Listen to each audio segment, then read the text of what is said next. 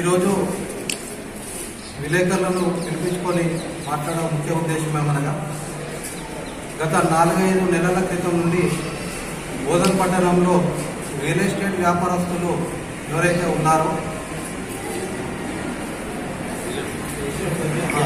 Real estate ఏజెంట్లు ఎవరైతే ఉన్నారో వాళ్ళు మా దస్తావేజీ లేఖలకు దగ్గరకు వచ్చి మేము ఒక 250 నుంచి 270 మంది ఉన్నాము.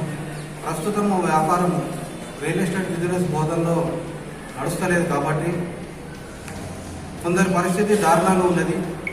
వాళ్లకు ఏదైనా వెల్ఫేర్ అసోసియేషన్ ద్వారా మీ తరఫున మీరు డాక్యుమెంట్కు ఒక 100 రూపాయలు ఇస్తే వాళ్ళకి ఏదైనా ఉపయోగపడుతుందనే ఒక ఉద్దేశంతో మా దగ్గరకు వచ్చి చెప్పడం జరిగింది.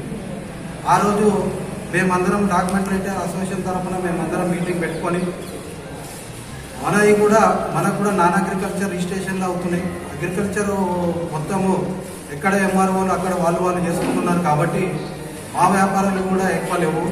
కాకపోతే ఇక్కడికి వచ్చినాక మాకు కిరాయిలు పెరిగినాయి, కరెంటు బిల్లులు పెరిగినాయి.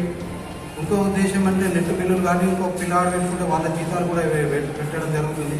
దాన్ని కూడా మా పరిస్థితి కూడా మీలాగానే ఉన్నది. దీని విషయంలో మీరు ఆలోచన చేసి దీన్ని మీరు విరమించుకోవాలని చెప్పేసి వాళ్ళకు ఒక మంచితనంగా ఒక బ్రదర్స్గా వాళ్ళకు చెప్పడం జరిగింది. వాళ్ళు ఏమంటారంటే అన్న మా కొందరి బ్రతుకులు గోడుపాలైపోయినాయి, వాళ్ళకి వ్యాపారం నడుస్తలేదు. మరి మా వ్యాపారాలు కూడా ఆ విధంగానే ఉన్నాయి కదా. మా దగ్గర ఉన్న డాక్యుమెంట్ రైటర్లు కూడా కొందరు ఇప్పుడు కొన్ని రోజులు ఇక్కడ ఉండి వాళ్ళు కిరాయి కట్టలేక దుకాణం మూసేసుకొని వెళ్ళిపోయారు. మా దగ్గర 4 పిల్లలు పనిచేసే వాళ్ళు ఈరోజు 2 పనిచేయించుకుంటున్నాం అని చెప్పేసి వాళ్ళకి ఎంత మంచిగా చెప్పినా గత 4-5 నెలల నుంచి మమ్మల్ని ఇబ్బంది పెట్టడం వల్ల ఒకే పనిగా వాళ్ళు ఇచ్చేస్తున్నారు.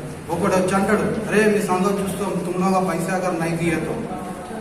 ఇంకోడు అంటాడు, అరే మీరు ఎట్లా రిజిస్ట్రేషన్ పెట్టుకుంటాం రైటర్ అని చెప్పేసి వాళ్ళు మమ్మల్ని టార్గెట్ చేసుకుంటూ మమ్మల్ని ఇబ్బంది పెట్టుకుంటూ చేస్తూ పోతుంటే ఒక మంచితనంగా వాళ్ళకి చెప్తే వాళ్ళు పట్టించుకోరు.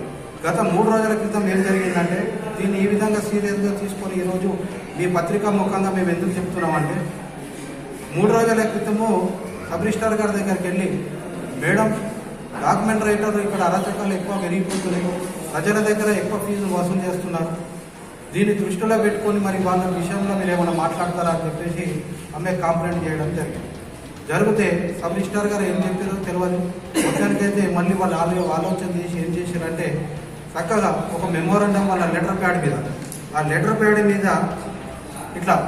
మీద మా మీద అలిగేషన్ పెట్టేసి ఆర్డీఓ గారికి మరి ఏసీపీ గారికి మరి ఎంఆర్ఓ గారికి వీళ్ళు ఈ విధంగా వీళ్ళ ప్రజలను ఇబ్బంది పెడుతున్నారని చెప్పేసి వాళ్ళు ఇచ్చారు. ఈరోజు మేము తెల్లారి ఈరోజు చూస్తే మా మీద మేము ఏదో ఇక్కడ దౌర్జన్యం చేస్తున్నట్టు, ప్రజలను చిత్రహింసలు చేస్తున్నట్టు, వాళ్ళ దగ్గర జేబులో చేతులు పెట్టి పైసలు లాక్కున్నట్టు ఇలా పేపర్ల మా పేరు మీద మా రైటర్ల మీద ఈ విధంగా పేపర్లు వచ్చి దయచేసి ప్రజలు కూడా గ్రహిస్తున్నారు. గత 30-35 సంవత్సరాల నుంచి ఈ వీట్ల మీద మా నాన్నలు బతికారు, ఇలా మేము బతుకుతున్నాం. మా తదనంతరం మా పిల్లలు కూడా ఈ వీటి మీద మేమేం గవర్నమెంట్ ఎంప్లాయీస్ మాకు గవర్నమెంట్ ఎంప్లాయీస్ ఉద్యోగాలు అని చెప్పేసి ప్రభుత్వాల మీద పడతలేదు, లేకపోతే ఇంకోటి ఏం చేస్తారు. మేము మా విద్యను మేము ఇంకోలకు పంచి వాళ్ళ కుటుంబాలు వాళ్ళు వెసులుబాటుగా వాళ్ళ కుటుంబాలు దీని మీద ఆధారంగా బతుకుతున్నామే తప్ప మేము ఇంకో విధంగా వాళ్ళకు మోసాలు చేసుకుంటూ అన్యాయాలు చేసుకుంటూ మేము బతుకుతలేదు. దయచేసి రియల్ ఎస్టేట్ వ్యాపారస్తులు మీరు కూడా తెలుసు, మీరు గుండె మీద ఆత్మ మీద చేసుకొని చెప్పండి, మీ వ్యాపారాలు ఏ విధంగా చేస్తున్నారనేది మీరు కూడా ఆలోచన చేయండి. మేము ఒకవేళ నోరు తిప్పితే మీకు ఒకవేళ ఏజెంట్గా చేయాలంటే మీకు ఒక లైసెన్స్ ఉండాలి. ఆ లైసెన్స్ లేకుండా ఈరోజు వ్యాపారాలు 290 మంది ఉన్నారంటే తెలిసినోడు ఒక రిజిస్ట్రేషన్ డాక్యుమెంట్ వస్తే దీంట్లో ఎన్ని తప్పులు ఉన్నాయి, దీనికన్నా ముందు ఎన్ని డాక్యుమెంట్లు ఉన్నాయి, దీని తర్వాత ఎన్ని డాక్యుమెంట్లు కావాలి, ఒక కొనుగోలుదారు నుంచి ఈ డాక్యుమెంట్ వాళ్ళకి ఇవ్వాలంటే వీళ్ళకి ఏమన్నా తెలుసా, రియల్ ఎస్టేట్ వ్యాపారం చేసే వాళ్ళకి ఏమన్నా తెలుసా? ఆ సలహాలు సూచనలు మళ్ళీ వాళ్ళు వచ్చి మాకే అడగాలి. అడుగుతేనేమో అరే సరే ఫోన్లే వాళ్ళు కూడా అడుగుతున్నారు, వాళ్ళు కూడా బతుకుతున్నారు కదా అని చెప్పేసి వాళ్ళకు మనం కూడా సహాయం చేసుకుంటాం. మా చేతుడు వాళ్ళకు ఉచిత సలహాలు ఇచ్చుకుని వాళ్ళకు మంచి చేస్తే మా మీద ఈరోజు మేము ప్రజల మీద వెనుభారం వేస్తున్నారు. అది చేస్తున్నారు ఇది చేస్తున్నారు అని చెప్పేసి ఇక్కడ దాకా పోవడం అది ఎంతవరకు సమంజసం అని చెప్పేసి మీ ద్వారా వాళ్ళని నేను దయచేసి దీని విషయంలో మీరు కూడా మాకు హెల్ప్ చేయాలి. పత్రికా విలేకరులు కూడా మేము మా పరిస్థితులు ఎంత దారుణంగా ఉన్నాయో మాకు తెలుసు. అగ్రికల్చర్ పై నుంచి మా దగ్గర రిజిస్ట్రేషన్లు అసలు లేనేరు. ఇలా మేము కిరాయి కట్టాలంటే 10-11 వేల రూపాయలు కిరాయిలు కట్టాలి, కరెంటు బిల్లులు కట్టాలి, పిల్లగాడికి ఇవ్వాలి, స్టేషనరీ కావాలి. ఇన్ని విధాలా మేము సౌలభ్యం చేసుకుంటూ మా ఇబ్బందులు మేము పడుతున్నాయి. మమ్మల్ని ఈరోజు బజారుకు లాగి మమ్మల్ని పేరు బదనాం చేస్తున్నారు. కాబట్టి వీళ్ళ మీద కూడా మేము చట్టరీత్యా మేము వెళ్తాము వీళ్ళని కూడా మేము కేసులు చేస్తామని చెప్పేసి వాళ్ళకు కూడా మేము చిన్న హెచ్చరిక. सन 1981 से यहाँ पर काम कर रहा हूँ. इससे पहले अभी तक ऐसा कभी भी नहीं हुआ और कभी हुए जैसा भी जो है सो अंदाज़ा नहीं है. मगर जब से चंदू नाम का आदमी ये जो है सो यूनियन में आए, ये लोग रियल एस्टेट का यूनियन बना लेकर कुछ दिन से हमारे पास 4 महीने से आकर जो है सो हमको राइटिंग में कितने पैसे होना 100 रुपये के हिसाब से डॉक्यूमेंट को हमको देते जाओ बोल के जो है हम लोगों को सता रहे. कई बार इनको जो है समझाया गया कि हम लोगों का काम ख़त्म हो चुका है. धरनी पोर्टल आई जब से जो है सो पूरे डॉक्यूमेंट्स तहसील ऑफिस को चले गए. अब हमारे पास खाली प्लाट्स के और घरों के डॉक्यूमेंट्स है और प्लाट्स के डॉक्यूमेंट्स भी अब जो है सो पूरा रियल एस्टेट बैठ गया. बिल्कुल काम नहीं चल रहा.